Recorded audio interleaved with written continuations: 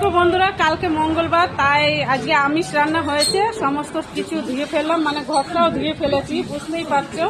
কালকে তারা মা আসবে আমার দোকানে, আর এই মাসি বাসন মাজলো, আমার মা বাসন ধুলো, আর আমি এই ঘর ধুয়ে ফেললাম, মানে সমস্ত কিছু ধুয়ে নিয়েছি। আমার এখানে নিরামিষ খাবার পাওয়া যায়, যারা দূর থেকে আসবে নিরামিষ খাবার পাবে।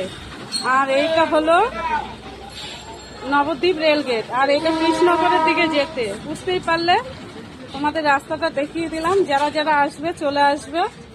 মাসিরা সমস্ত কাজ করেছে, চা না দিলে তো আমাকে বকাবকি করবে, আর আমি ঘর ধুয়েছি কিন্তু আমার নাম হবে না।